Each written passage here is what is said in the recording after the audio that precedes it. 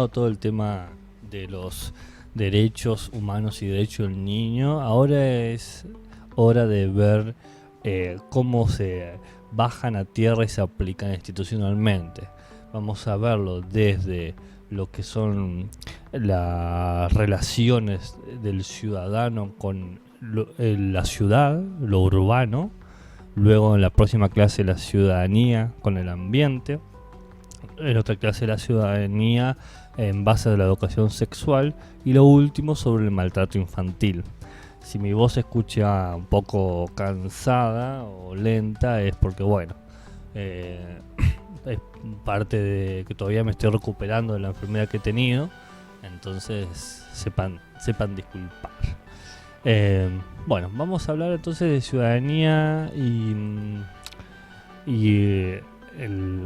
la ciudad en base a la educación vial y el uso de los espacios públicos. Primero volvamos al concepto original que teníamos nosotros de ciudadanía, donde el ciudadano se entiende en relación a que vive en una ciudad.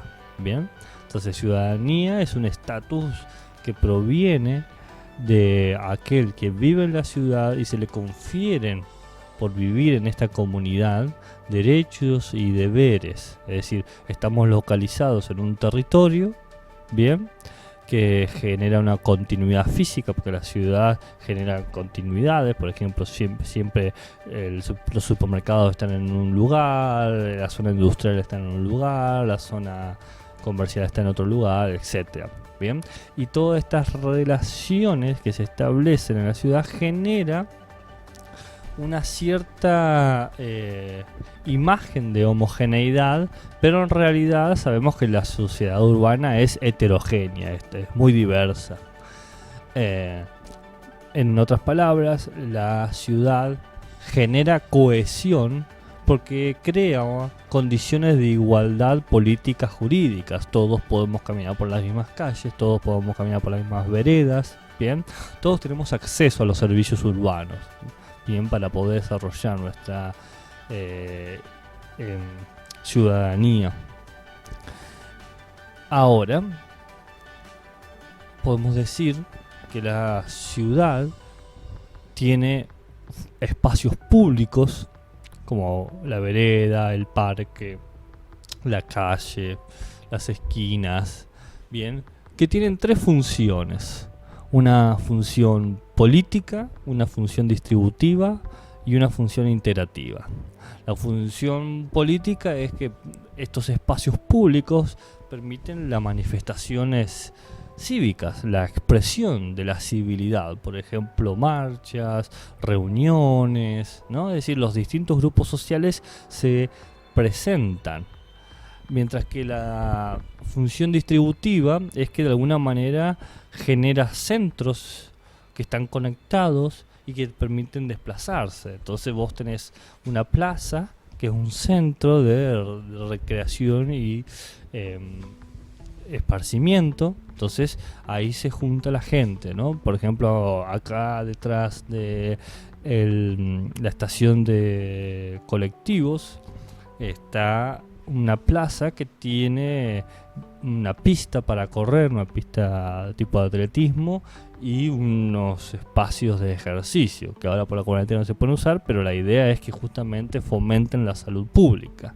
Entonces se van distribuyendo las cosas. También está la plaza que está en el centro de la ciudad, ¿no? Esa plaza no tiene para correr, sino tiene bancos para sentar y monumentos para observar. Y por último está la función integrativa, que es el conjunto de infraestructuras, de distintos mecanismos que hay y de equipos que hay durante la ciudad, que son como las señalizaciones, los semáforos, todo eso que permita que se mueva coherentemente los individuos. Pensemos que la ciudad es algo que está vivo, que continuamente la gente se mueve en la ciudad, ¿no? Entonces, a una ciudad bien ordenada la gente puede desplazarse y llegar correctamente. Una ciudad que respeta al ciudadano, al usuario de ella misma, va a construirse de tal manera o va a estar dispuesta de tal manera que va a permitir al ciudadano llegar a donde tiene que llegar, a los centros médicos, a los supermercados, a los centros gubernamentales y burocráticos. Es decir, permitiría hacer todo eso. Pero ahí está la paradoja. Ahí está la paradoja de la ciudad urbana moderna. Porque si bien la ciudad se presenta como un modelo para garantizar las libertades de los derechos ciudadanos, no deja de ser un hecho de que genera centros y periferias donde la gran población habita y no accede a todas las necesidades. ¿Cuántos de nosotros hemos tenido que tomar 2 colectivos para llegar a un lugar, mientras que otros con uno solo basta? ¿Cuántos hemos tenido que caminar 10 cuadras para la parada de colectivo? Eso habla de una ciudad que no respeta nuestros derechos a la movilidad, al acceso. Bien, eso es un solo ejemplo.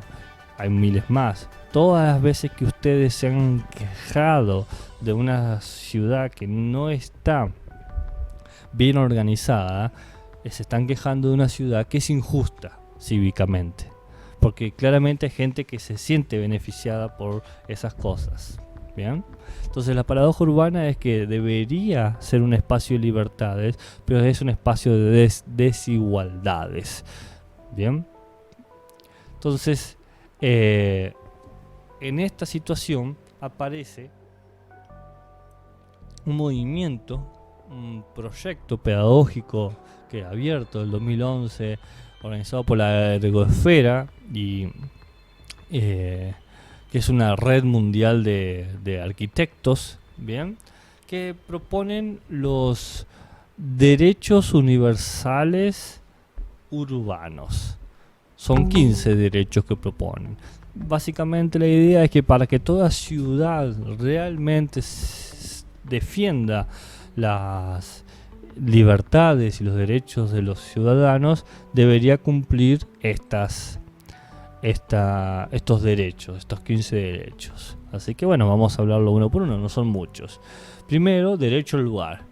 Hay que mantener residencia en el lugar en el que se tienen las relaciones sociales o los entornos significantes. Es decir, que nosotros deberíamos vivir cerca de los lugares donde están nuestros grupos sociales o los lugares que nos importan. Pero bueno, sabemos mayormente que uno vive en un lugar y trabaja a 20 kilómetros a la distancia.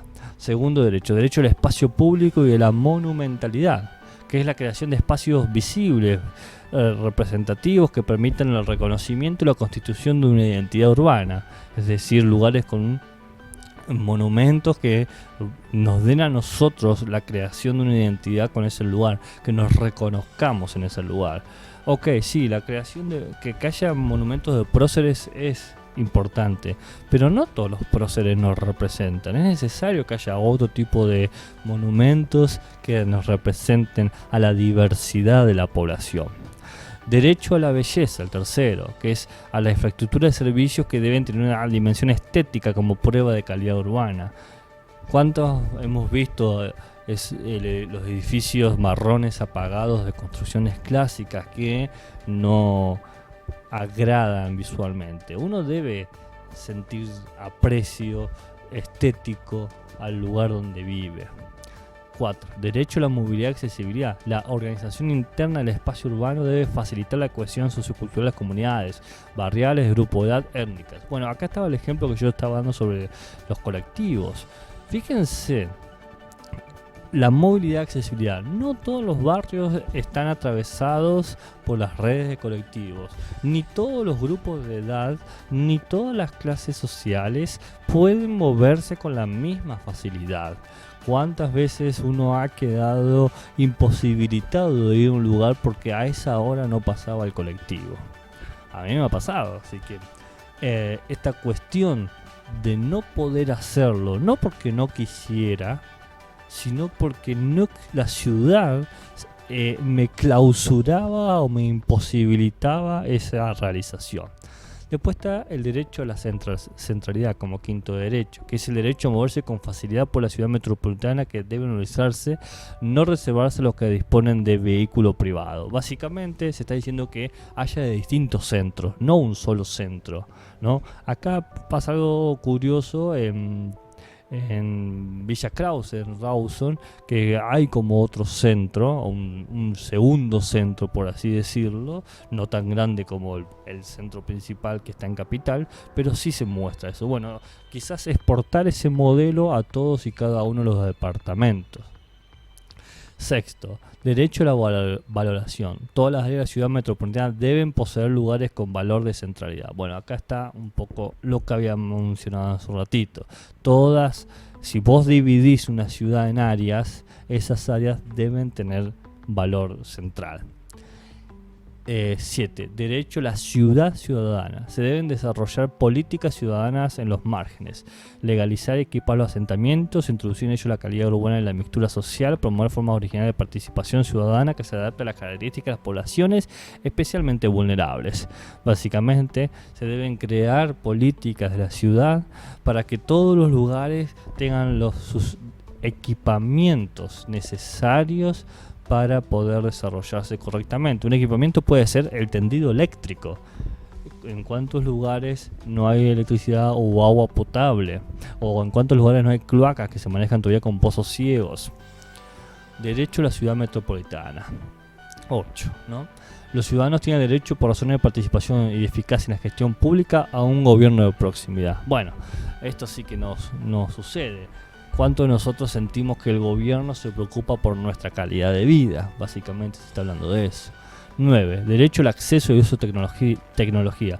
Barrios y viviendas tienen todo el derecho, tienen al derecho al cableado, acceso a internet gratuito. Bueno, acá justamente en la pandemia se muestra más que nunca el derecho al uso y acceso a tecnología. 10. Derecho a la ciudad refugio. Debe haber áreas en las ciudades que sirvan para refugio por razones legales, culturales, personales, naturales.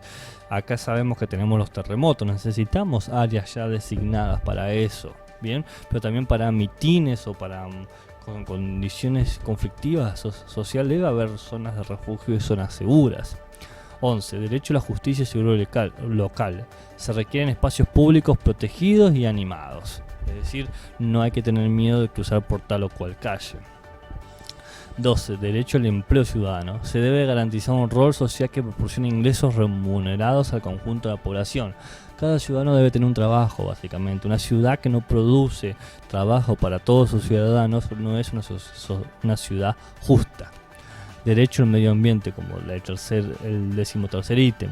Se deben usar recursos enérgicos sustentables protegiendo el ambiente y el patrimonio histórico, cultural y natural. Bueno, acá sabemos que no sucede mucho porque una de las principales entradas de sustento económico en San Juan es la mega minería.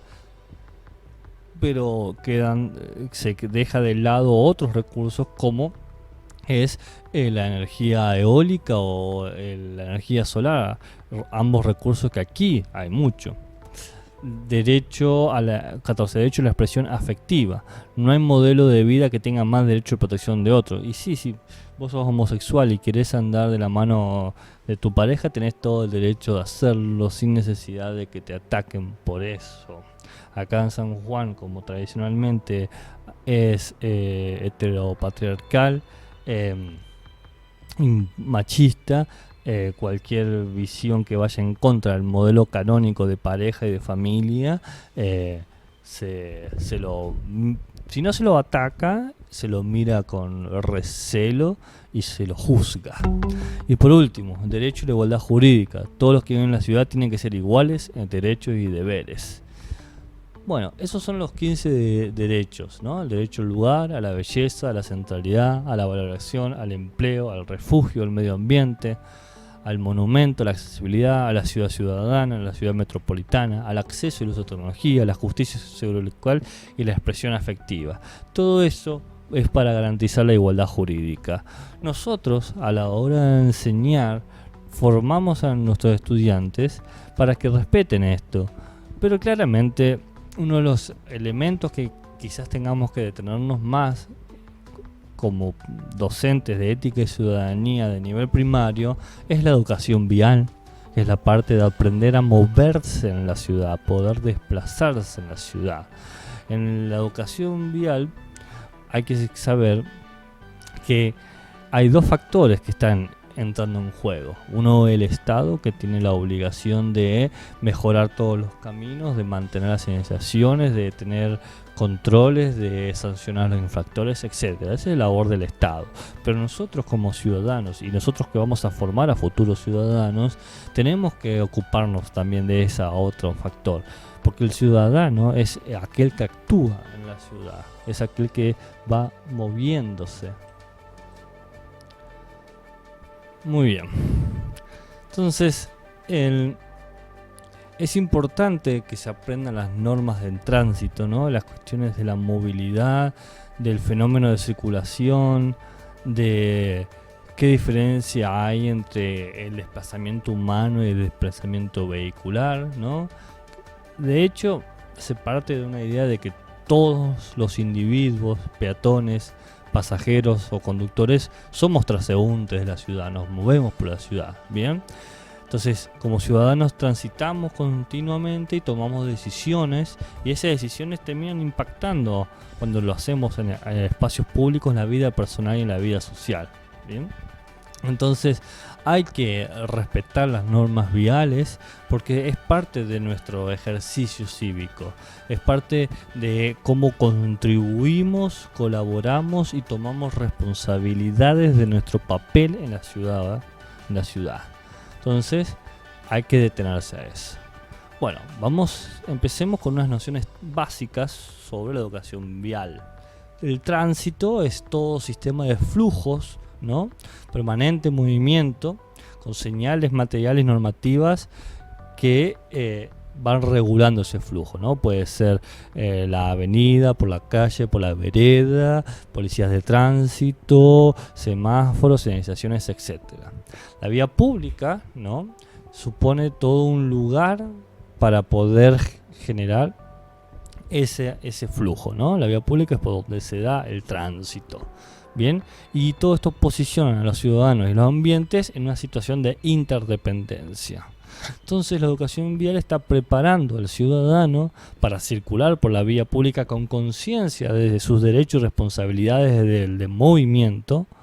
También le da lugar a participar a debates, por ejemplo, marchas y protestas, y a su vez le da la cuestión de asumir una actitud crítica y creativa en la resolución de conflictos. ¿Por qué? ¿Cuántos conflictos se han resuelto en la vía pública? ¿Bien? Y tenemos tres tipos de prácticas en la vía pública: el peatón, el transporte público y el conductor o chofer. ¿Bien?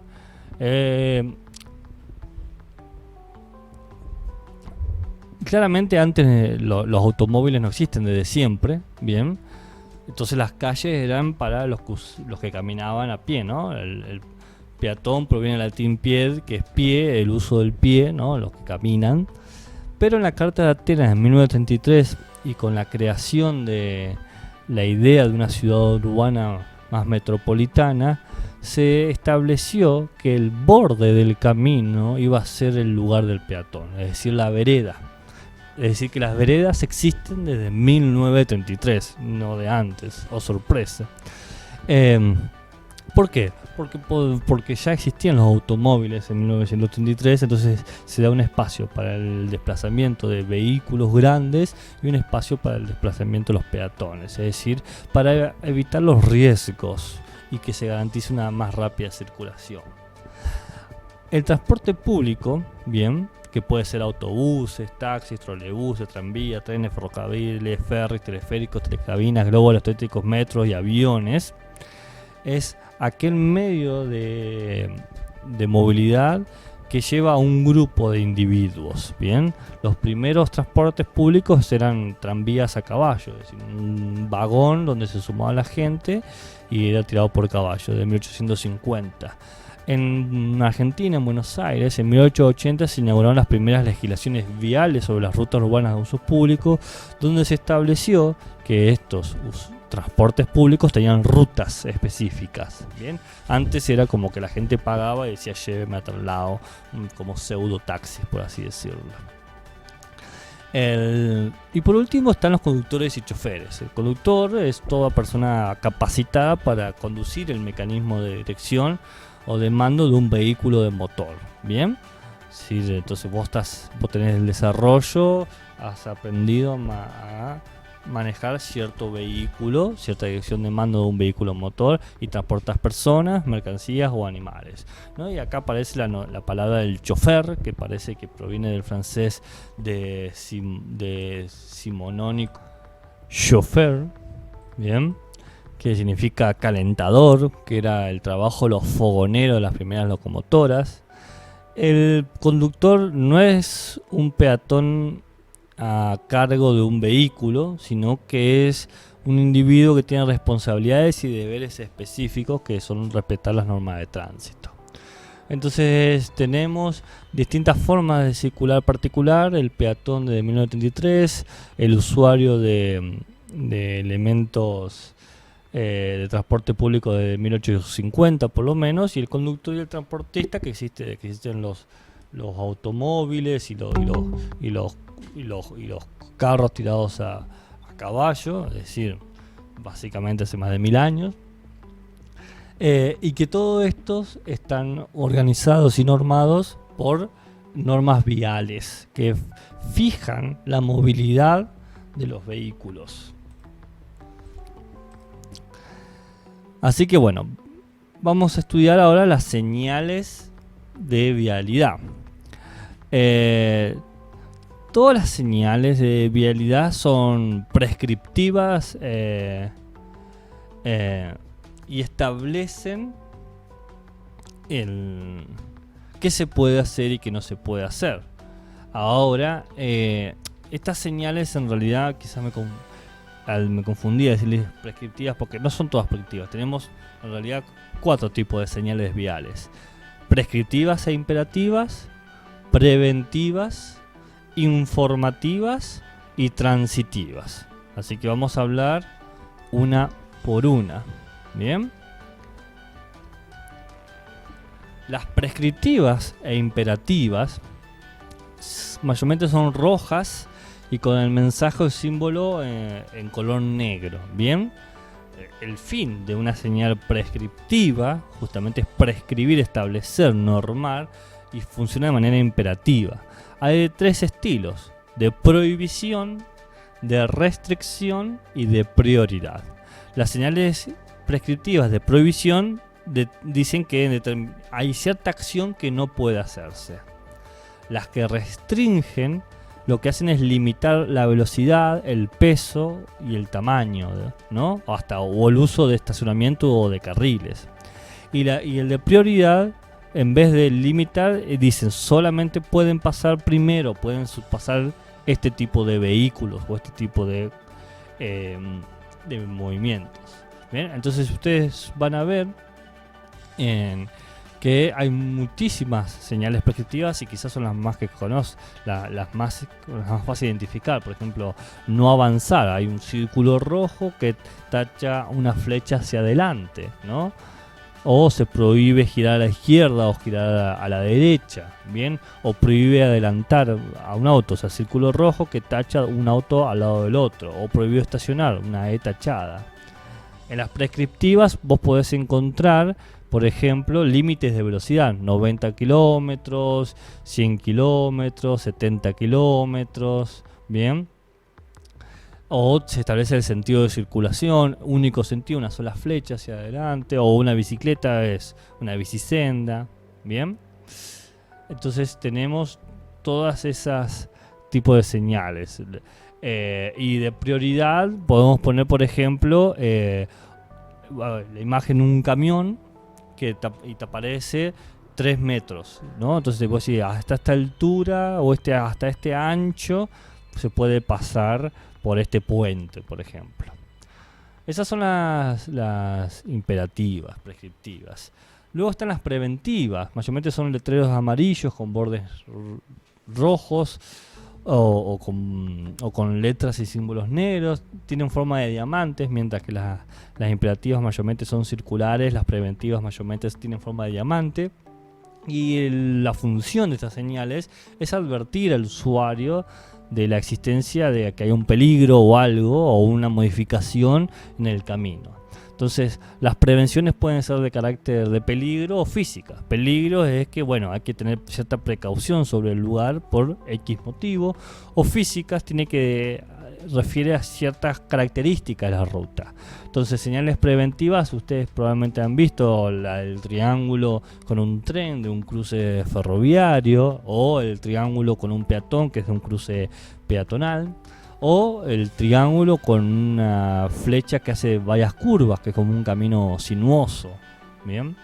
O donde aparece una rotonda, ¿no? Aparecen las flechas que están girando, ¿no? Entonces son todas señales preventivas. También si han viajado por rutas nacionales, a veces se encuentran señales con un animal, una vaca o una oveja, que son el símbolo de animales sueltos. O si viven cerca de una escuela, también está la imagen de un estudiante en un triángulo amarillo con un dibujo negro, que es cuidado, acá están los chicos en la escuela. O si hay un semáforo cerca, te aparece un triángulo con proximidad de semáforo. Y por último están las señales informativas, ¿no? Anteúltimo, perdón. Las informativas. Que la idea justamente es darte información sobre el lugar, características sobre el lugar. Sus colores pueden ser con un fondo verde y letras y símbolos con color blanco, o a veces fondo azul y letras e iconos negros. Las señales informativas son de tres tipos: nomenclatura urbana, es decir, te dan el nombre del lugar, bien. Característica vial, te dan alguna modificación sobre el lugar. E información turística y de servicios, que seguramente se han ido de viaje alguna vez, las han visto.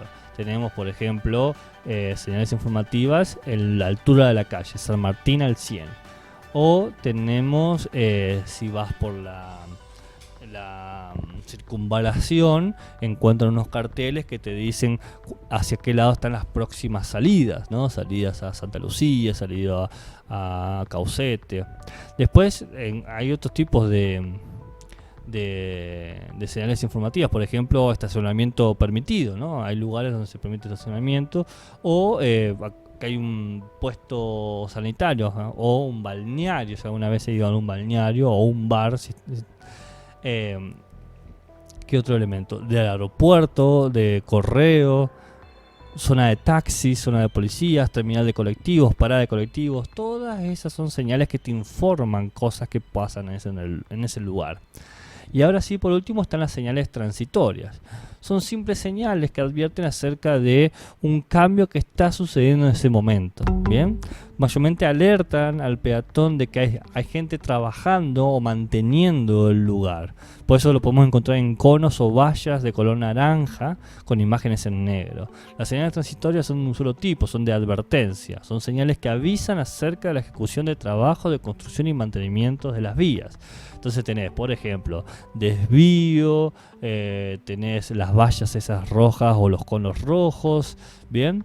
Todas estas condiciones hacen a la advertencia. Entonces, para sintetizar, tenemos las señales de vialidad prescriptivas e imperativas, que son rojas con letras negras o azules. Tenemos de prohibición, que te niegan a hacer algo, de restricción, que te lo limiten, y de prioridad, que muestran preponderancia. Están las señales preventivas, que son amarillas con letras rojas o negras. Las preventivas son de peligro, para tener precaución, y de físicas, para atender a ciertas particularidades. Después están las señales de vialidad, que son informativas, que tienen de fondo verde o azul con letras blancas o negras, y tenés nomenclatura urbana, por ejemplo la altura, características viales, ciertas modificaciones o consideraciones del lugar, o de turismo y servicio, que habla de lo que se puede disponer, por ejemplo un teléfono público. Y por último están las transitivas, que son de fondo naranja y letras negras, que advierten de construcción y de mantenimiento.